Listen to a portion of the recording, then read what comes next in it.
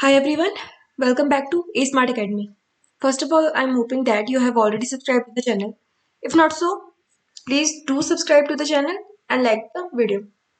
Let us begin with today's video so हमारे पास Telegram channel पे ठीक है, यहाँ पे आपको लिंक दिया है, आप भी ज्वाइन कर सकते हो। ठीक है, तो टेलीग्राम चैनल पे हमारे पास कुछ डाउट्स आए थे आरआरबी पीओ और क्लर्क को लेके।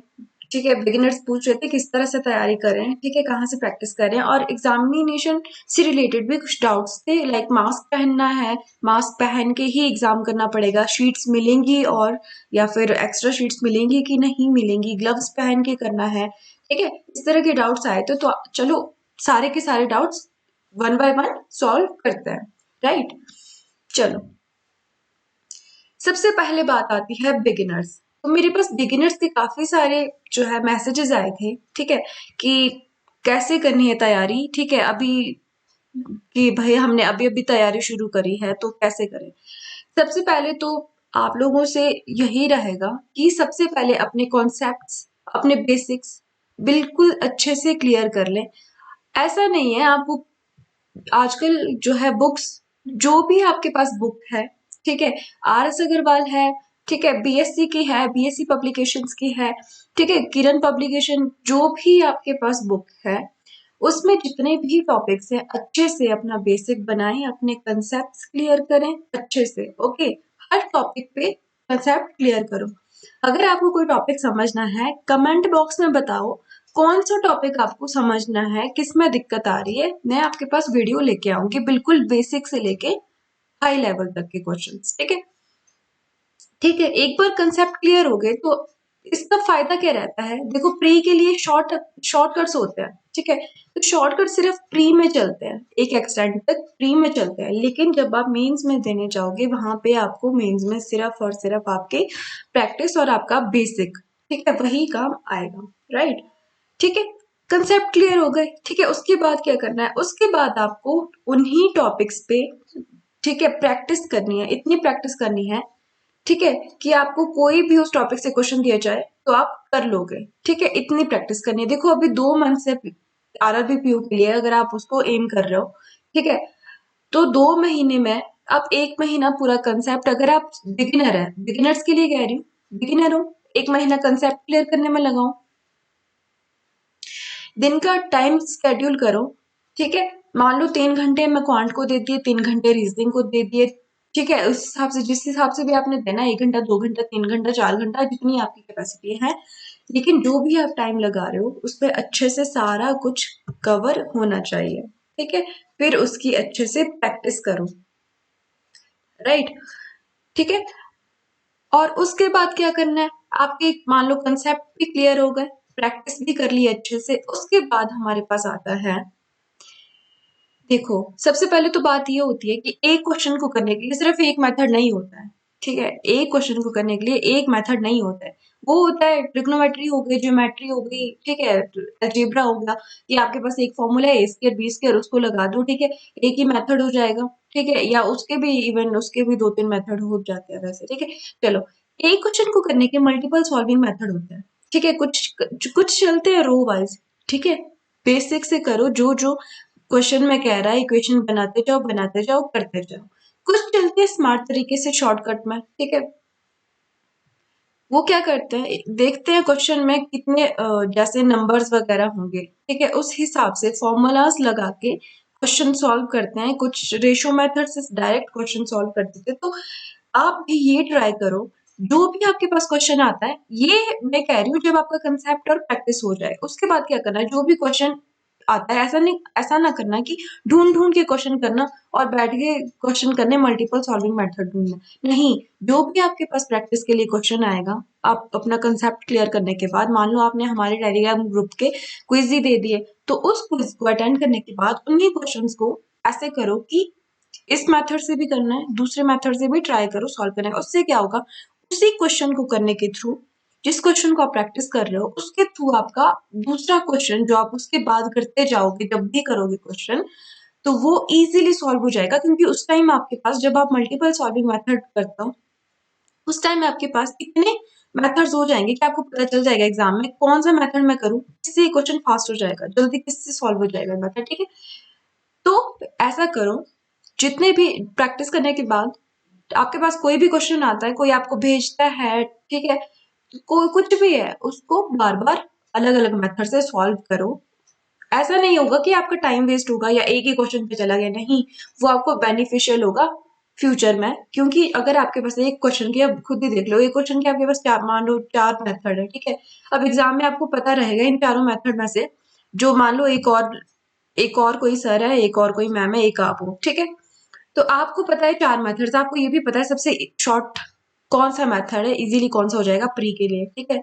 और इन्होंने कर दिया बेसिक से, तो इनका टाइम चला गया, इनके 30 सेकंड और चल गया, आप उस 3 सेकंड में 2 3 4 सिंप्लीफिकेशन के क्वेश्चन कर सकते हो। तो ये इसका बेनिफिट रहता है। तो ट्राई करो, जितने भी क्वेश्चन होते हैं उसको मल्टीपल सॉल्विंग मेथड से सॉल्व करने की कोशिश करो, ठीक है। आप इस चैनल को ज्वाइन कर सकते हो, ये हमारा टेलीग्राम का चैनल है, इसमें क्विजेज होते हैं, मैथ्स, रीजनिंग, जीए, कंप्यूटर अवेयरनेस, ठीक है। आरआरबी पीओ के लिए आजकल क्विजेज चल रहे हैं, तो इसको ज्वाइन भी कर लो। यहाँ पे जो क्वेश्चन आपको पोस्ट किए जाते हैं, कोई और पोस्ट करता है, तो उसको भी मल्टीपल सॉल्विंग मेथड से सॉल्व करते जाओ, ठीक है। उसके बाद आता है मॉक।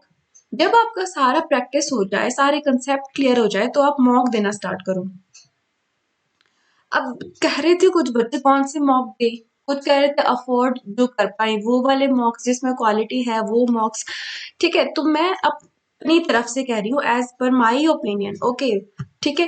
प्रैक्टिस मॉक अफोर्डेबल भी है और बेस्ट क्वालिटी है, राइट। Number 2, olive would.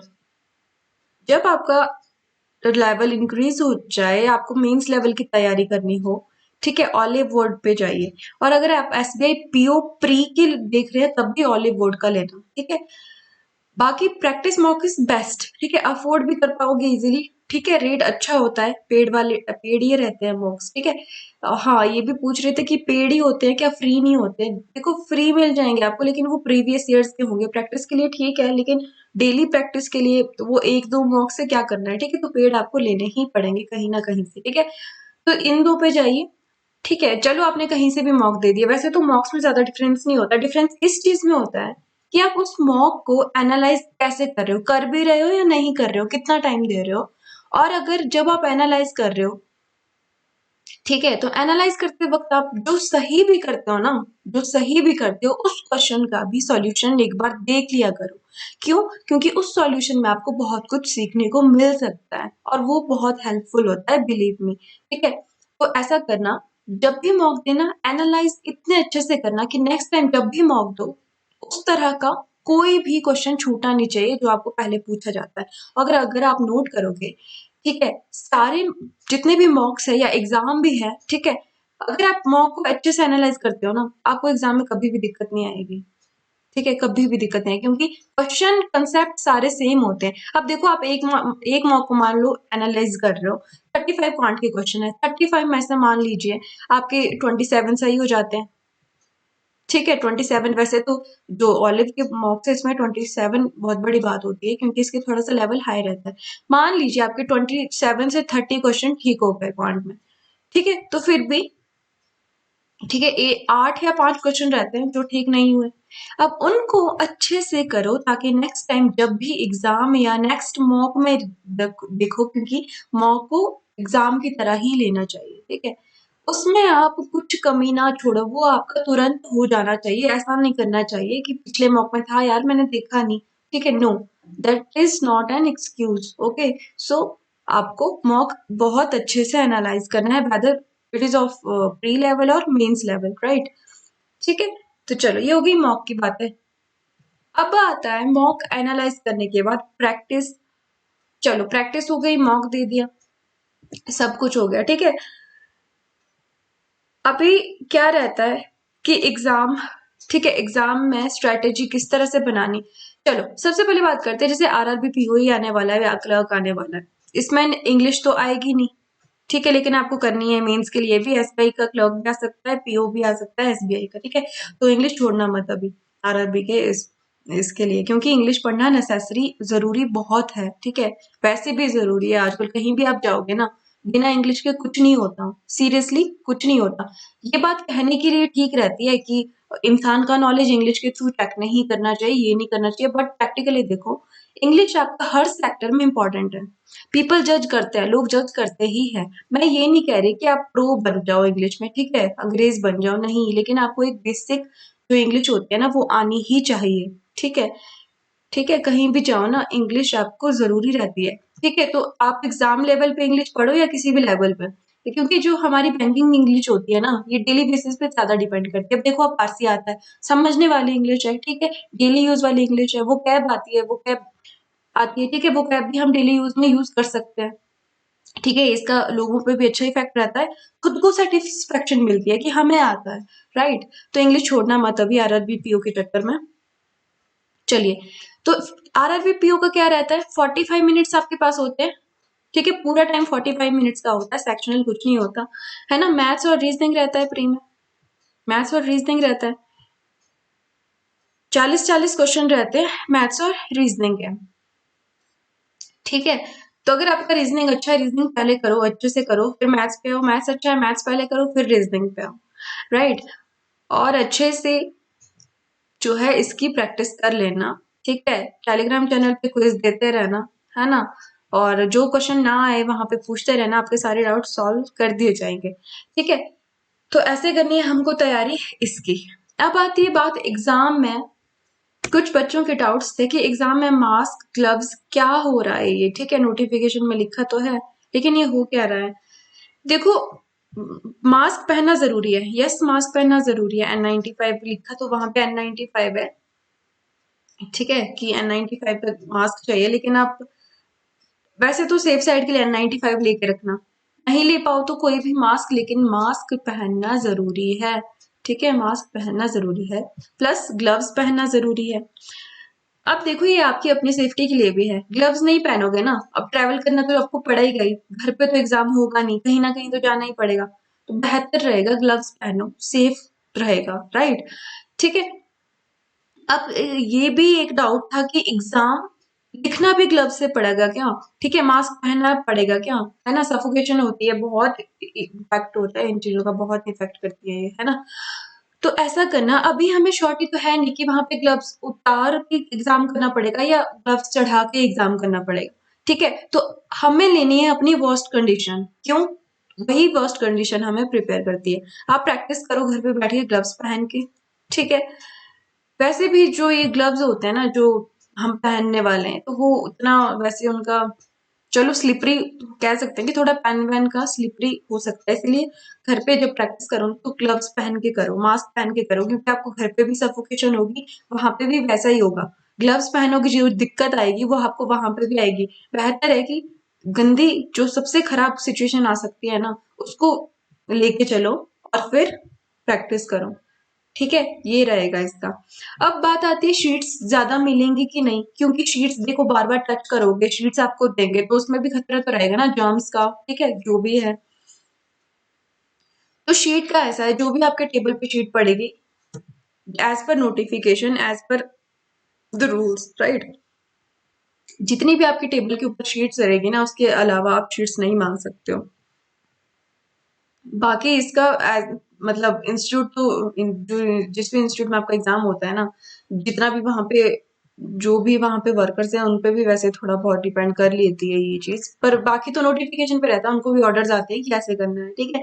मान लो इसमें भी हम सबसे खराब सिचुएशन लेके चलते हैं, मान लो आपके डेस्क पे 2 या 3 शीट्स रखी है, उसके अलावा आपको मिल नहीं रही है ना, ऐसा भी हो सकता है। तो घर पे ये भी प्रैक्टिस करना कि आपके पास कम से कम शीट्स हो, और छोटा छोटा लिखने की कोशिश करना, क्योंकि बड़ा अगर लिखोगे आप उसमें तो आप प्रो हो ही, राइट, ठीक है, बड़ा लिखोगे उसमें प्रो हो ही, ठीक है। एग्जाम में तो शीट ज्यादा मिलेगी तो बड़ा लिख लेना, लेकिन आपको खराब सिचुएशन के लिए भी तैयार रहना है, ठीक है। तो घर पे 2 ही शीट्स लेना, ग्लव्स पहनना, मास्क पहनना, फिर प्रैक्टिस करना, ठीक है।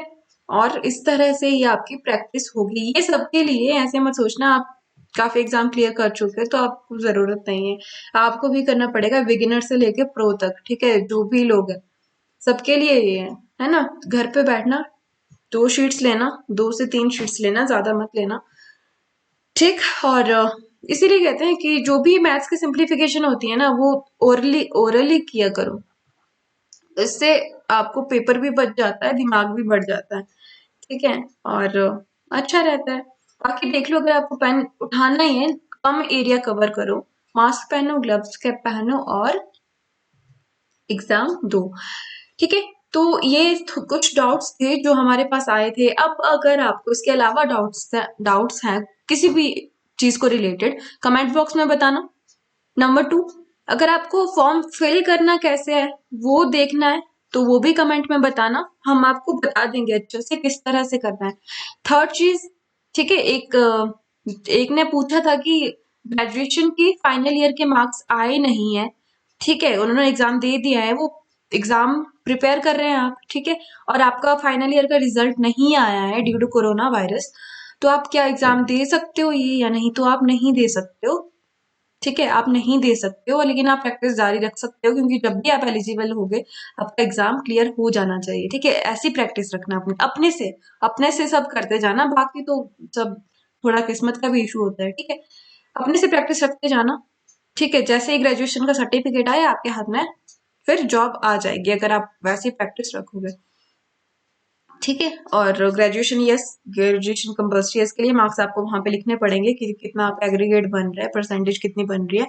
अच्छा, एक और चीज थी कि अगर आपके पास कंप्यूटर का सर्टिफिकेट है या कंप्यूटर का सर्टिफिकेट नहीं है, कंप्यूटर का सर्टिफिकेट होना देखो जरूरी नहीं है। अगर आपके पास है वहां पे यस करना, मेंशन कर देना कौन सा कंप्यूटर का सर्टिफिकेट है। अगर नहीं है वहां पे नो कर देना, लेकिन वहां पे एक नीचे बॉक्स होता है कि आपके पास बेसिक नॉलेज है या नहीं, तो लिख लेना आपको बेसिक नॉलेज है। अगर आपको है, ठीक है, ऐसा ना करना कि आपको बेसिक नॉलेज ना हो, वहां कर दिया और बाद में सारा काम कंप्यूटर पे होना है। राइट, ठीक है, बेसिक नॉलेज आपको होनी चाहिए। बेसिक नॉलेज एक्चुअली हम सभी को होती है आजकल। ठीक है, आपको क्या करना है, टाइपिंग करनी है आपको, वर्ड एक्सेल वैसे तो आ ही जाता है, लेकिन बेसिक नॉलेज आपने स्कूल टाइम पे पढ़ा है अगर, तो वहां पे यस कर देना। सर्टिफिकेट अलग से है तो सर्टिफिकेट पे यस करके सर्टिफिकेट मेंशन कर देना वहां पे। ठीक है, कौन से चीज में आपका वो है। ठीक है, और एक रहता है कि हम दूसरे स्टेट से भर रहे हैं, हाँ ये भी एक इशू था कि क्या हम दूसरे स्टेट से भरें या ना। देखो, दूसरे स्टेट से भरने पे क्या होगा, एक तो आपको वहां की लैंग्वेज आनी चाहिए, दूसरा अगर आपकी नौकरी लग गई, वहां पे रहना है आपको, अभी कंडीशन का भी नहीं पता लेकिन आपको वहां पे रहना है। ठीक है, और रहना भी कैसे, अच्छा एरिया नहीं मिलेगा आपको, ये आरआरबी पीओ लग है। ठीक है, आपको एरिया ग्रामीण एरिया यानी कि रूरल एरिया मिलेगा, कैसा भी रहना पड़ सकता है आपको, तो ध्यान से भरना अगर भरना है। अगर उस स्टेट के बारे में फुल नॉलेज है, ठीक है, वहां पे आपको अच्छा लगता है, तभी जाके भरना, अदरवाइज नहीं भरना। ठीक है, कोई और एग्जाम क्लियर करो, जरूरी नहीं है ये। ठीक है, ऐसा नहीं करना कि घर से दूर चले गए, वहां पे रहा ही नहीं जाए। ठीक है ना, और लैंग्वेज आपको स्टेट की आनी चाहिए, जहां से आप भर रहे हैं, महाराष्ट्र से भरो तो वहां की लैंग्वेज आनी चाहिए। ठीक है, और लैंग्वेज के चक्कर में बहुत सारे लोगों का एग्जाम फाइनल सिलेक्शन से रुक गया था पिछली बार, अगर आप देखोगे बहुत सारे बच्चों का। ठीक है, तो लैंग्वेज आपको आनी चाहिए, ये लैंग्वेज का टेस्ट होता है बाद में, ये आपको आनी चाहिए। ठीक है, ये भी देख लेना कि वहां पे आप जॉब कर पाओगे या नहीं कर पाओगे। ठीक, और तीसरा सबसे मेन चीज, ट्रांसपोर्ट का आजकल कोविड-19 के दौरान आप अलग स्टेट में जा भी पाओगे एग्जाम देने या नहीं, कितनी सेफ्टी है, ठीक है, कितना इशू है सारी जगह का, तो देख के ही फिल करना प्लीज। ओके, अच्छा, एक था कि मान लो कर्नाटका की थी शायद जीरो वैकेंसीज, कर्नाटका की थी ना, कर्नाटका की जीरो वैकेंसीज है, तो क्या अभी वहां पे वैकेंसीज ऐड होंगी या नहीं? अभी देखो, इसका कुछ नहीं बोल सकते हैं क्योंकि रिटायरमेंट्स हुई है, रिटायरमेंट्स हर जगह हुई है। ठीक है, तो इसका मतलब वैकेंसीज हर जगह चाहिए होंगी, तो ये हम नहीं कह सकते अभी कि बाद में आनी है कि नहीं। एक तो कोरोना वायरस के चलते कुछ भी पता नहीं चल रहा है। ठीक है, कितने लेंगे, हो सकता है बाकी स्टेट्स की वैकेंसीज भी बहुत कम चली जाए। ठीक है, ऊपर से इन्होंने फीस बढ़ा दी है। ठीक है, एस्पिरेंट्स को दुखी करने पे रखा है, लेकिन इसके बारे में ज्यादा मत सोचना। ठीक है, भर सकते हो अलग स्टेट से, कंफर्टेबल हो हर चीज के लिए। ठीक है, ट्रांसपोर्ट, वैकेंसीज, ठीक है, हर चीज में तो भर देना, सिर्फ ये याद रखना कि आपको लैंग्वेज वहां की आनी चाहिए। ठीक है, और वैकेंसीज का ये मत करना कि यहाँ पे जीरो है। अपने स्टेट में भी क्या हो जाता है, जो आपका अपना स्टेट है वहां की भी वैकेंसीज देख लेना पहले कितनी है, क्योंकि वो भी कम ज्यादा हो सकती है। कोविड-19 के चलते कुछ भी हो सकता है, we are not sure about anything. हालांकि आपका एग्जाम का भी कुछ नहीं कह सकते अभी कि पोस्टपोन होगा कि नहीं, क्योंकि सिचुएशन वर्स से भी वर्स हो सकती है या फिर गुड से बेटर या बेस्ट भी हो सकती है, ठीक है। तो अभी जितने भी आपके डाउट्स है अभी तक थे वो आपके क्लियर हो चुके हैं। जो वैकेंसी से रिलेटेड डाउट्स है ये आपका जब आपका फाइनल चीज आएगी ना तभी क्लियर होगा, और आपको अलग से रेट से भरना है। सिर्फ और सिर्फ लैंग्वेज का ध्यान रखना, वहां के एनवायरनमेंट में आप जॉब कर सकते हो कि नहीं, कंफर्टेबल हो कि नहीं, वो याद रखना, ठीक है। तो ये थी आज की वीडियो। इसके अलावा आपको कुछ डाउट्स रहते हैं तो प्लीज कमेंट बॉक्स में बताना, आपके डाउट्स क्लियर कर दूंगी, ठीक है। आप हमारा टेलीग्राम चैनल जो है ज्वाइन कर लेना। यहाँ पे भी मैं सारे डाउट्स, सारे क्वेश्चंस जो आपके डाउट्स हैं वो भी सॉल्व कर देंगे। क्विज यहाँ होते हैं, कैसे क्विज होते हैं, मेंस प्री लेवल के होते हैं, computer awareness, quant, reasoning, English, okay, and what else, GA का डेली बेसिस पे क्विज होता है। जीए की हमारी डेली बेसिस पे वीडियो आती है, ठीक है। फिर क्विज कंडक्ट होता है, ठीक है। क्वेश्चंस अच्छे रहते हैं, आप एक बार ट्राई कर लेना, राइट, ठीक है। अगर आपको फीडबैक देनी हो, ठीक है, कुछ सजेस्ट करना हो, कुछ बताना हो, तो आप चैनल के इस चैनल के ए स्मार्ट अकेडमी के अबाउट सेक्शन में जाके वहां पे हमारी ईमेल आईडी है asmartacademy1@gmail.com से, ठीक है, उस पर आप अपनी फीडबैक दे सकते हो। Okay, so I think that's it for the session. I hope you like the session. I will see you in the next session. Okay, twisting of my tongue again. Till then, take care. Bye bye.